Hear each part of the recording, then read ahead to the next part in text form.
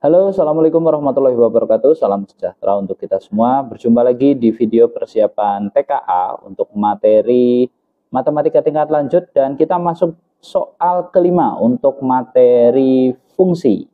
Nah, pada materi fungsi ini, kita beralih ke sebuah fungsi rasional. Gitu ya. Jadi, kita akan menganalisis berkaitan dengan domain, kodomain, dan range dari fungsi rasional. Di sini disediakan sebuah grafik fungsi rasional dan mari kita akan bahas berkaitan dengan domain, kodomain, dan range dari fungsi tersebut. Dipersilakan jika ingin mencatat soalnya terlebih dahulu agar nanti relate dengan pembahasannya. Jadi agar lebih mudah untuk memahami pembahasannya bisa dicatat terlebih dahulu untuk soal berikut. Dipersilakan jika ingin mencatat terlebih dahulu.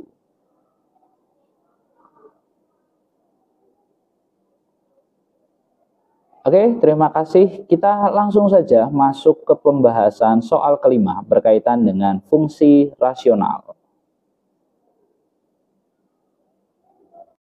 Oke, kita akan masuk di soal nomor 5 dan kita masuk ke fungsi rasional. Jadi, fungsi rasional itu adalah fungsi yang biasanya bentuknya adalah fx per gx. Jadi, misalnya contoh ya, tapi bukan mewakili soal ini. Fx sama dengan x plus 2 per x min 3 misalnya seperti ini. Nah, ini adalah sebuah fungsi yang nanti akan membentuk gambar seperti ini. Jadi gambarnya dari sini melengkung ke bawah, terus muncul lagi dari atas sini. Dan ini adalah kategori fungsi yang terbatas ya. Jadi tidak semua bilangan real pada x itu nanti adalah domain. Dan di sini bisa kita ketahui kalau x-nya 3 itu dia tidak memiliki pasangan. Jadi dari sini menuju 3 tetapi terus hanya mendekati 3 saja. Hilang. Nah, nanti muncul lagi di atas sini, set ke arah sini. Nah, disinilah ini yang kategori atau jenis fungsi rasional bentuknya seperti itu. Nah, jadi kalau kita bahas domainnya adalah semua bilangan real, ini jelas pasti salah. Jelas salah. Kenapa? Karena ada 3. Di sini jelas banget 3. 3 itu tidak memiliki pasangan. Iya, jadi tidak ada grafik yang lewat di atasnya 3.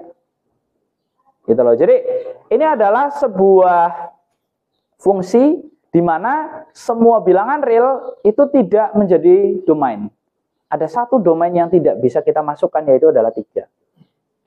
Kemudian, nanti di sini kita juga mengenal istilah asimtot. Asimtot itu adalah sebuah garis ilusi, ya, sebuah garis ilusi yang nanti tidak akan pernah dilalui oleh grafik ini.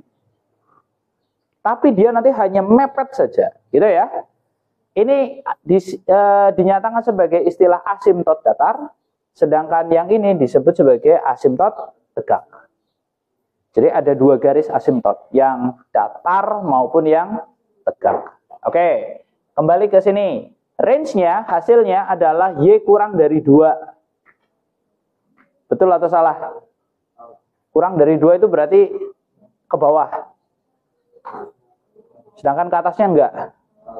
Salah, jelas. Ada nggak di sini 3 pasangannya? Ada. Di sini kan? Ya, berarti otomatis pernyataan kedua juga salah. Jadi bukan hanya kurang dari 2. Nah, yang lebih dari 2 juga ada. Gitu ya. Domainnya adalah X dengan X-nya tidak sama dengan 3 dan X anggota bilangan real. Betul atau salah? Inilah yang betul. Jadi bukan semua bilangan real, tetapi semua bilangan real kecuali 3. Iya, jadi 3 kan di sini terlihat dia tidak memiliki pasangan. Loh, ke atas maupun ke bawah kita cari nggak ada. Tapi di sini 2,99 ada. Jadi 3,001 ada. Tapi 3 nggak punya. Gitu. Kemudian asimtot datarnya 2.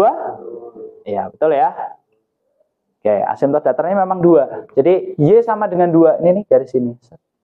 Jadi asimtot datarnya adalah Y sama dengan 2, asimtot tegaknya adalah X sama dengan 3. Gitu. Itu istilahnya asimtot. Oke, range-nya itu adalah semua Y kecuali 2. Betul atau salah? Ya, betul ya. Jadi untuk pernyataan yang betul adalah pernyataan 3, 4, dan 5. Jadi range-nya memang adalah Y, semua Y itu adalah range. Kalian bisa lihat, ini kan terus memanjang ke bawah, memanjang ke atas, kecuali 1, yaitu 2 di sini. Jadi si grafik ini tidak akan pernah menyentuh 2. Jadi kalau kalian tarik 2 ke kanan maupun ke kiri, itu tidak ada grafik yang melewati situ. Sehingga nanti range-nya adalah semua Y dengan Y-nya tidak sama dengan 2. Oke, itu pembahasannya.